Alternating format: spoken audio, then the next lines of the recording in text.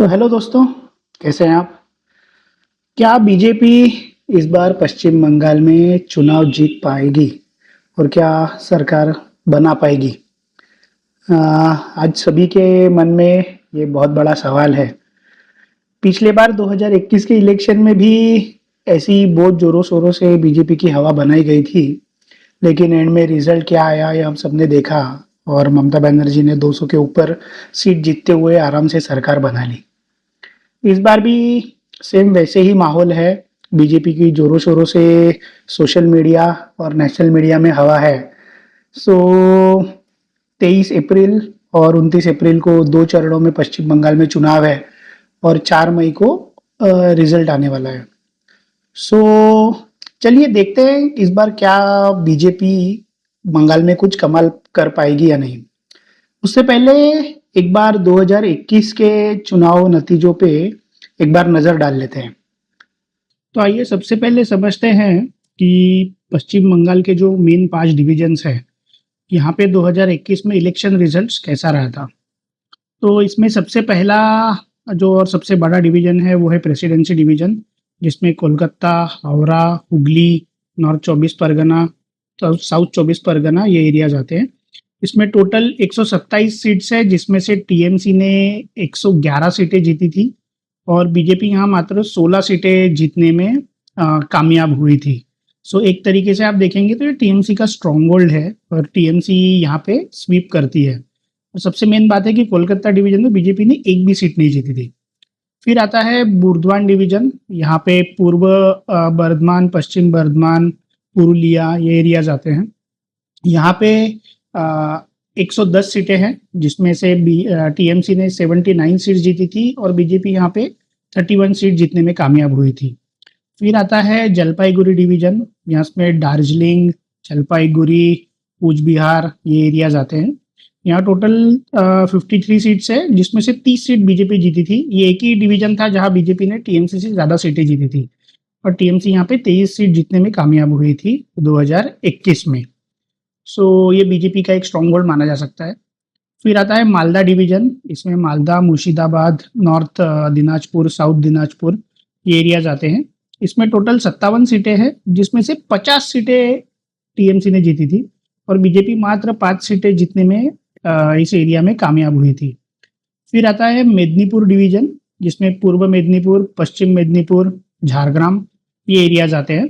ये भी टीएमसी का स्ट्रॉन्ग होल्ड ही है। यहाँ पे आउट ऑफ 47 टीएमसी ने 2021 में 40 सीट जीती थी और बीजेपी मात्र 7 सीट जीतने में कामयाब हुई थी। तो ये टोटल रिजल्ट था 213 टीएमसी, 77 बीजेपी और 2।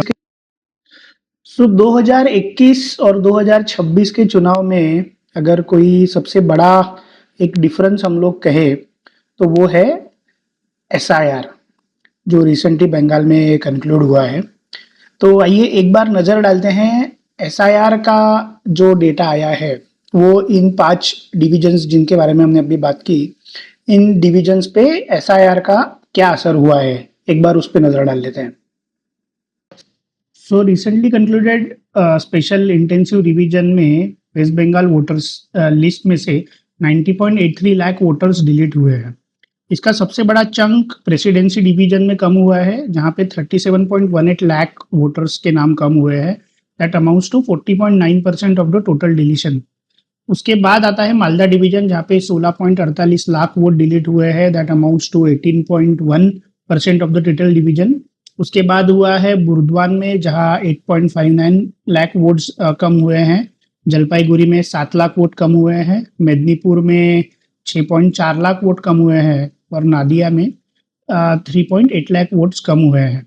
सो आप देखेंगे जहाँ पे टीएमसी सबसे स्ट्रॉन्ग है, प्रेसिडेंसी और मालदा, यहाँ पे टोटल दोनों का अगर हम मिलाएं तो दैट कम्स टू रफली around 54 lakhs voters name have been deleted.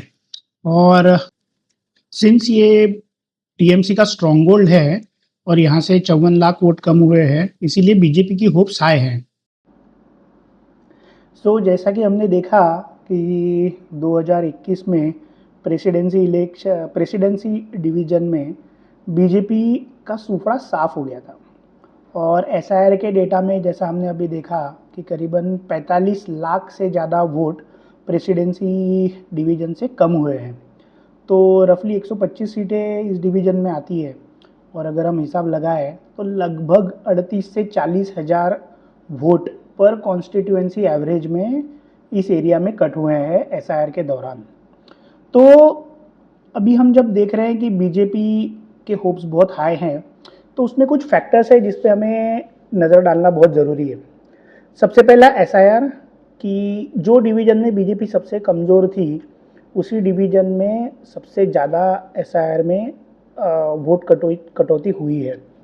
So average 38,000 का मार्जिन हर सीट से कम हो गया है, जो बीजेपी के लिए एक बहुत अच्छी बात है। सेकेंडली, आप बीजेपी की इस बार की इलेक्शन स्ट्रेटजी देखेंगे और उसे 2021 से कंपेयर करेंगे, तो सबसे बड़ा डिफरेंस ये है कि 2021 में बीजेपी जैसा चुनाव पूरे भारत में लड़ती थी, अलग अलग राज्यों में, उसी स्ट्रेटजी के साथ चुनाव लड़ रही थी, जिसमें उसने बड़े पैमाने पे टीएमसी, कांग्रेस और लेफ्ट से कैंडिडेट्स इंपोर्ट किए थे और उन्हें टिकट दे दिया था। पर ये स्ट्रेटजी बंगाल में काम नहीं आई। सेकेंडली, उस वक्त बीजेपी ने जो इलेक्शन था वो पूरा हिंदुत्व और हिंदू मुस्लिम ये फैक्टर्स को कोर में रखते हुए पूरा इलेक्शन लड़ा था, जो कि बहुत गंदे तरीके से बैकफायर किया बीजेपी पे।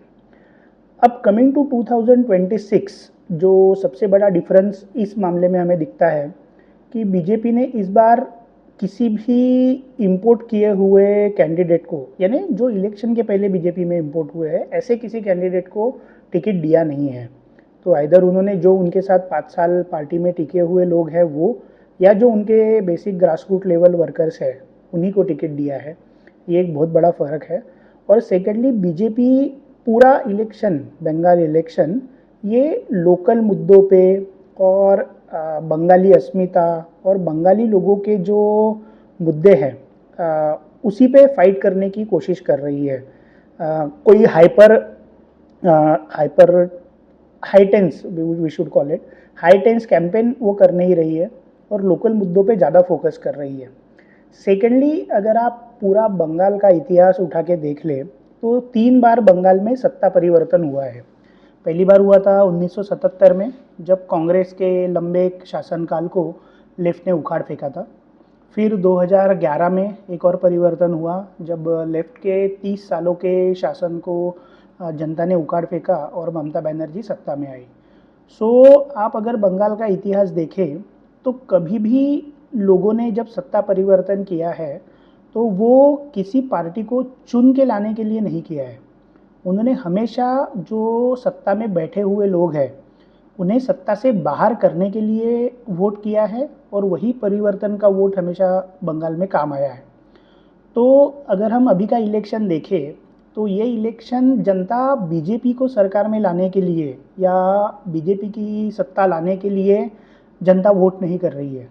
जनता वोट कर रही है ममता बनर्जी को सत्ता से बाहर करने के लिए। तो अब इस इस पूरे गेम में जो पार्टी अपने आप को एक बेटर ऑल्टरनेटिव करके प्रस्तुत करेगी, वो पार्टी की सत्ता में आने के चांसेस बहुत ज़्यादा बढ़ जाते हैं। सो करंटली 3 मेन कंटेंडर्स है टीएमसी के सामने, बीजेपी, लेफ्ट और कांग्रेस। अब इन तीनों में से बीजेपी ही एक अकेली नेशनल पार्टी है जो अपने आप को एक बेटर ऑल्टरनेटिव प्रस्तुत करने में सक्षम रही है अभी तक। सो अगर बंगाली जनता का मूड इतना स्ट्रांग है कि उन्हें ममता बनर्जी को सत्ता से बाहर फेंकना है, तो ऑल्टरनेटिवली, क्योंकि सिर्फ बीजेपी ही ऐसी एक पार्टी है जो मेन अपोजिशन पार्टी कहलाई जा सकती है या जो ऑल्टरनेट सत्ता स्थापन का दावा कर सकती है, इसलिए बीजेपी के चांसेस इलेक्शन जीतने के लिए बढ़ जाते हैं।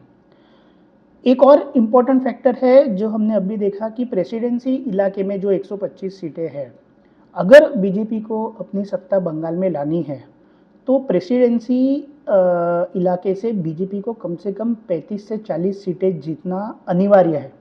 अगर बीजेपी ऐसा नहीं कर पाती है तो बीजेपी कुछ भी कर ले, वो बंगाल में सरकार नहीं बना पाएगी, क्योंकि जो नॉर्थ बंगाल, जयपलगुड़ी, ये सब जो एरियाज़ है, यहाँ पे तो बीजेपी ने अपना परफॉर्मेंस काफ़ी स्ट्रॉन्ग किया है। तो यहाँ पे अगर हम स्ट्राइक रेट बीजेपी का 65 से 70% भी पकड़ते हैं, उसके बाद भी अगर बीजेपी प्रेसिडेंसी इलाके में 35 से 40 सीटें नहीं जीतेगी तो वो सरकार नहीं बना पाएगी। सो बीजेपी के लिए ये बहुत इम्पॉर्टेंट है कि इस एरिया में एटलीस्ट 35 से 40 सीटें जीत के लाए। सो अगर हम इसको पूरा समराइज करें तो बीजेपी के लिए ये बहुत इम्पोर्टेंट फैक्टर बन जाता है कि बंगाल में चुनाव जीतने के लिए जो चीज़ें बीजेपी ने अभी तक अच्छी की है उसमें अगर हम हाईलाइट करें तो एक बीजेपी के लिए सबसे बड़ा फ़ायदा एसआईआर में हुआ है। सेकेंडली जो कैंडिडेट सिलेक्शन है उसको लेके कोई भी बीजेपी के बड़े पैमाने पे या हम कहें कि बहुत ज़्यादा सीटों पे नाराज़गी है नहीं। तो मोर और लेस 95% सीट्स पे लोग सेटिस्फाइड है कैंडिडेट्स के लिए, और वहाँ कोई अंदरूनी टसल बीजेपी कार्यकर्ताओं में नहीं दिख रहा है। थर्ड, जो प्रेसिडेंसी इलाका है वहाँ से अभी देखो मैं तो कभी बंगाल गया नहीं हूँ, लेकिन आप अगर सोशल मीडिया, लोकल मीडिया इन सबको अगर फॉलो करते हैं तो इसमें आपको पता चलेगा कि लोग परिवर्तन, डेवलपमेंट, ये सब फैक्टर्स को बहुत ज़्यादा तवज्जो दे रहे हैं। तो जो लोकल अर्बन एरिया है बंगाल का, जो कि प्रेसिडेंसी इलाका कहा जाता है, वहाँ पे लोग भले ही ओपनली ना कहे लेकिन दबी आवाज़ में परिवर्तन, डेवलपमेंट, डबल इंजन सरकार, ये सब चीज़ों की बातें करते हुए हमें दिख जाएंगे। ये एक बहुत बड़ा चेंज है क्योंकि बंगाल का वोटर जो वहाँ का डर का माहौल होता है उसे देखते हुए इतना प्रखर नहीं हो पाता, और वो इशारों इशारों में ही अपना चॉइस बता देता है। तो ये बीजेपी के लिए एक बहुत बड़ा एडवांटेज हो सकता है अगर बीजेपी यहाँ पे मूड कैप्चर करने में कामयाब हो जाती है। तो एक और बहुत एडवांटेज बीजेपी के फेवर में है कि जो सेंट्रल फोर्सेस का डिप्लॉयमेंट बंगाल के इलेक्शन में इलेक्शन कमीशन द्वारा किया गया है, ये बहुत ऐतिहासिक है। इतने बड़े पैमाने पर मुझे तो याद नहीं है कि भारत में कभी कोई इलेक्शन हुआ था जहाँ पे सेंट्रल फोर्सेस का इतना बड़ा डिप्लॉयमेंट किया गया था। और जो ग्रास रूट लेवल के इश्यूज थे आज तक बंगाल के चुनाव में, वो सिर्फ टीएमसी में नहीं, वो लेफ्ट के वक्त भी थे, वो कांग्रेस के वक्त भी थे, कि जो एक प्रकार की वोटरों को डराना, उसके बाद छापा वोटिंग जिसको कहते हैं, कि जिसमें वोटर लिस्ट में शायद नाम किसी और का है और वोट कोई और डाल के चला गया, ये सब चीज़ों को कंट्रोल करने के लिए इलेक्शन कमीशन ने बहुत बड़े कदम उठाए हैं। जैसे कि जो मैनेजमेंट ऑफ बूथ है या इलेक्शन कंडक्ट करना है, वहाँ पे सीसीटीवी कैमरे इंस्टॉल करना है, या वहाँ का जो पूरा कंट्रोल है वो पूरा सीआरपीएफ के अंडर इलेक्शन कमीशन ने दे दिया है। प्लस लोकल बंगाल पुलिस को कोई भी इलेक्शन बूथ के 100 मीटर्स के दायरे में आने की अनुमति नहीं दी जाएगी। ये पूरा इलाका सीआरपीएफ के कंट्रोल में रहेगा। सो जो फर्जी वोटिंग या छापा वोटिंग होने के चांसेस थे उसमें अभी सीआरपीएफ पहले वेरीफाई करेगी कि जिसका नाम वोटर लिस्ट में है उसका आईडी चेक करके वही बंदा वोट करने जा रहा है, और अंदर जाने के बाद वो अपना खुद का एक वोट कास्ट करके बाहर आ रहा है। ये सब चीज़ें जो बंगाल में इसके पहले के इलेक्शन में काफ़ी बड़े पैमाने पे होती थी, ये सब रोकने के लिए इलेक्शन कमीशन ने काफ़ी हद तक तैयारियां करके रखी है। तो ये एक और बीजेपी के फेवर में जाने वाला पॉइंट है। तो हम ओवरऑल अगर बीजेपी की तैयारी, इलेक्शन कमीशन की तैयारी और जो कदम उठाए गए हैं to conduct free and fair elections, ये देखते हुए बीजेपी के लिए एक डेफिनेटली चांस तो बना हुआ है। लेकिन क्या बीजेपी अपनी सरकार बंगाल में बना पाएगी या नहीं, ये तो हमें 4 मई को ही पता चलेगा। क्योंकि बहुत इम्पॉर्टेंट फैक्टर ये है कि जनता कितना बिना डरे और कितने बड़े पैमाने में इलेक्शन में पार्टिसिपेट करती है और वोटिंग करने के लिए इलेक्शन बूथ्स तक आती है और वोट करती है। ये बहुत मैटर करेगा अंतिम रिजल्ट तय करने में। अगर जनता के बीच में वही डर बना रहा, और जिस डर के कारण वो लोग शायद जो जनता वोट नहीं करती है, तो अगर माहौल वैसा ही बना रहा तो फिर बीजेपी के लिए तो बहुत बड़ी मुश्किल हो जाएगी। लेकिन अगर जनता बाहर निकलती है, डर से बाहर निकलती है और बड़े पैमाने पे वोटिंग करती है, तो एक बीजेपी के लिए डेफिनेटली चांस तो बनेगा। अब ये हमने देखा है कि जब भी ऐसा परिवर्तन आता है तो जनता फिर जो भी पार्टी को जिताती है वो एक लैंडस्लाइड विक्ट्री होती है। जैसा कि हमने महाराष्ट्र में देखा, हरियाणा में देखा, अभी रिसेंटली बिहार में देखा कि अगर जनता मूड में है और जनता को परिवर्तन करना है या जनता को सेम सरकार कंटिन्यू करनी है तो जनता फिर भर भर के उस पार्टी को वोट करती है।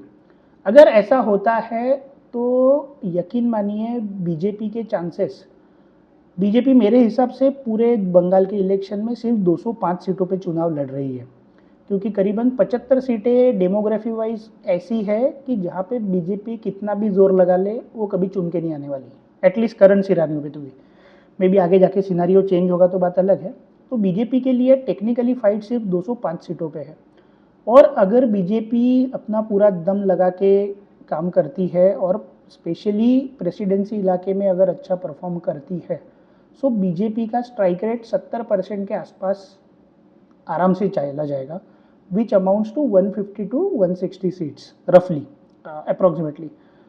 तो अब ये पूरा मैटर डिपेंड करेगा, जैसा मैंने पहले कहा, कि कितने लोग बाहर निकल के वोट करते हैं और सच में लोगों को परिवर्तन के लिए अगर लोग वोट करते हैं तो बीजेपी का ये चांस बनता है। अगर ऐसा नहीं हुआ तो बीजेपी मेरे को लगता नहीं कि 110 के आगे बढ़ पाएगी। सो लेट्स सी, 4 मई को हमें पता चलेगा एग्जैक्टली क्या होने वाला है। लेकिन हाँ, आज तक का अगर हम इतिहास उठा के देख ले तो ये बीजेपी के लिए सबसे अच्छा मौका बना हुआ है इतने सालों में, कि जहाँ बीजेपी अपने दम पे बंगाल में मेजॉरिटी के करीब आ सकती है। तो देखते हैं 4 मई को क्या होता है। अगर आपको वीडियो पसंद आया तो प्लीज़ चैनल को सब्सक्राइब कीजिए और इस वीडियो को शेयर और लाइक कीजिए। धन्यवाद।